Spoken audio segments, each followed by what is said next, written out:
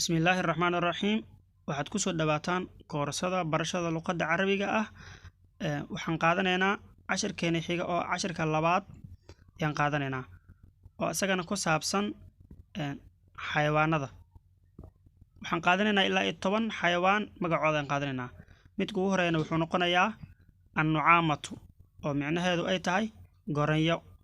annucaamatu macnaheedu waa goranyada midka labaad wuxuu noqonayaa الحمار الوحشي دمير فروغا كان سدحات ودجاجة أما دجاجة دواي أما الدجاجة كان أفراد وحنقنا يا الضير أما شمبرتا الضير وشمبرتا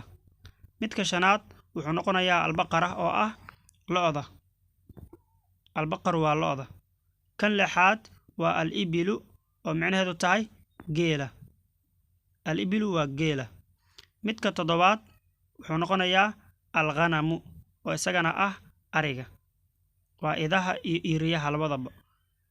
midka sideedaad wuxuu noqonayaa as-samaku oo kalluunka ama malayga midka sagaalaadna wuxuu noqonayaa an-nasru oo macnaheedu tahay gorgor shimbir gorgorka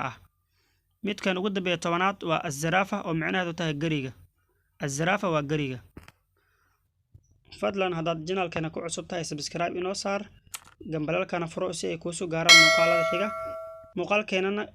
like inoo saar mahadsanid